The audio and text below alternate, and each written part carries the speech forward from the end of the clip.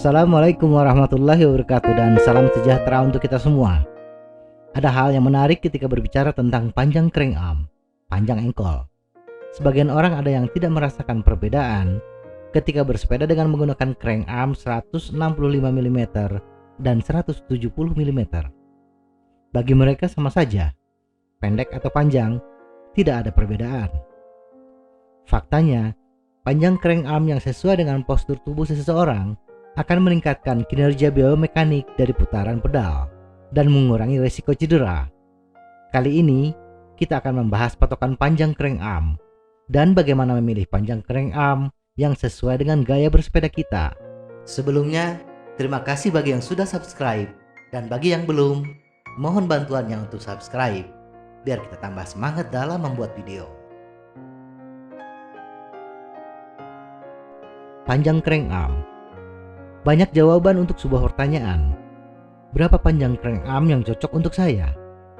Ada yang menjawab berdasarkan jenis sepeda. Sepeda gunung menggunakan crank-arm panjang. Sepeda jalan raya menggunakan crank-arm pendek.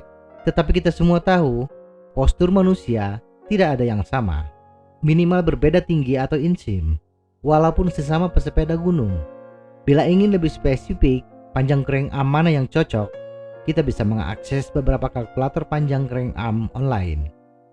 Untuk mengukur sendiri, setidaknya ada metode yang bisa kita gunakan, yaitu dengan menggunakan rumus berdasarkan panjang insim dan tinggi badan, dan metode kedua yang paling gampang menggunakan tabel panjang crank-arm.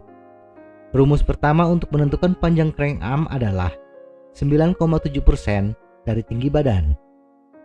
Graham Aubrey dalam bukunya The Aubrey Way menggunakan rumus panjang crank-arm adalah 9,5% dari tinggi badan. Dan rumus kedua yang lebih rumit adalah 1,25 kali insim dalam satuan cm ditambah 65. Dan rumus yang lebih rumit yang diusulkan oleh bikeDynamic.co.uk adalah panjang engkol dalam milimeter sama dengan minus 0,0123 X kuadrat ditambah 4,8121 X dikurangi 293,8, di mana X adalah insim ditambah tinggi GT dalam cm. Tinggi GT adalah ketinggian titik tulang pinggul, Greater Trochanter, dari permukaan. Mari kita ambil contoh. Saya memiliki tinggi badan 165 cm dan insim 74 cm. Sedangkan B memiliki tinggi 176 cm dan insim 82 cm. Kita akan hitung menggunakan metode tadi. Dari hasil perhitungan, panjang crank-arm saya menurut metode 1, 160 mm. Metode 2, 157 mm. Metode 3, 158 mm. Dan metode 4, 158 mm. Sedangkan panjang crank-arm B menurut metode 1, 171 mm. Metode 2, 167 mm. Metode 3, 167 mm. Metode 4 tidak ada datanya. Dari data ini, saya lebih condong menggunakan metode 2, yaitu panjang crank-arm 9,5% dari tinggi badan, di mana hasilnya mendekati metode 3 dan 4 yang lebih rumit. Cara kedua menentukan panjang crank-arm adalah dengan tabel. Tinggi badan 167 cm ke bawah, panjang crank-arm 162,5 mm.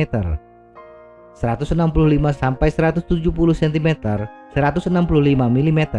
170 sampai 173 cm 167,5 mm.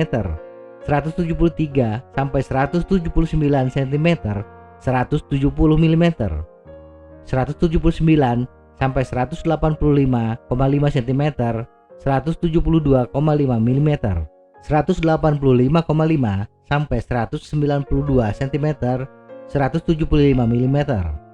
Dan di atas 192 cm 177,5 mm.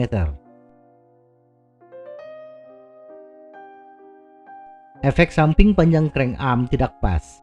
Menggunakan crank-arm kepanjangan akan menurunkan ketinggian sadel, dan ketika crank di posisi atas, lutut akan terlipat lebih tajam. Efeknya, kita kehilangan power dalam menekan pedal. Bila dipaksakan, menyebabkan cedera lutut dan pinggul. Crank arm yang terlalu pendek membutuhkan tenaga yang lebih besar untuk memutar pedal, dan posisi paha ketika pedal di atas tidak dalam posisi optimal. Kita akan kehilangan power juga. Keunggulan crank arm panjang dan pendek. Ketika kita menghitung panjang crank arm dengan berbagai metode, setidaknya kita mendapatkan hasil yang berbeda. Perhitungan crank arm saya, paling pendek 157 mm dan paling panjang 160 mm. Nah, yang manakah yang saya pilih? Yang pendek atau yang panjang? Panjang crank arm akan mempengaruhi panjang keliling dalam satu putaran pedal. Crank arm pendek akan lebih pendek kelilingnya. Bila kita mengayuh dengan tenaga dan kecepatan yang sama, maka crank arm pendek lebih sedikit waktu yang dibutuhkan untuk melakukan satu putaran. Artinya, crank arm pendek akan menghasilkan cadence yang lebih tinggi dibandingkan crank arm panjang.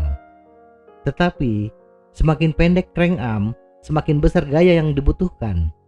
Tuas yang lebih panjang akan lebih mudah mengangkat beban yang sama dibandingkan tuas yang pendek. Nah, dari kondisi ini, crank arm pendek lebih cocok untuk pesepeda yang sedang berlomba, di mana membutuhkan cadence yang tinggi. Crank arm panjang menghasilkan gaya torsi yang lebih besar, sehingga lebih mudah ketika memutar pedal. Kekurangannya, cadence sedikit lebih rendah. Crank arm panjang lebih cocok bagi pesepeda yang cenderung bersepeda dengan cadence yang konstan dan ringan, terutama bagi pesepeda yang sering melibas tanjakan dan perjalanan jauh. Kesimpulan, tidak ada aturan baku. Berapa panjang crank arm yang harus dipakai? Semua orang bebas menentukan panjang crank arm. Tetapi, hindari crank arm yang terlalu panjang atau terlalu pendek, karena bisa menyebabkan cedera dan kehilangan tenaga kayuhan. Pilih crank arm berdasarkan rumus atau tabel crank arm. Kemudian, tentukan memilih yang pendek atau yang panjang, tetapi tidak keluar dari data acuan tadi. Crank arm pendek akan meningkatkan cadence. Crank arm panjang menghasilkan cadence yang konstan dan menghemat tenaga.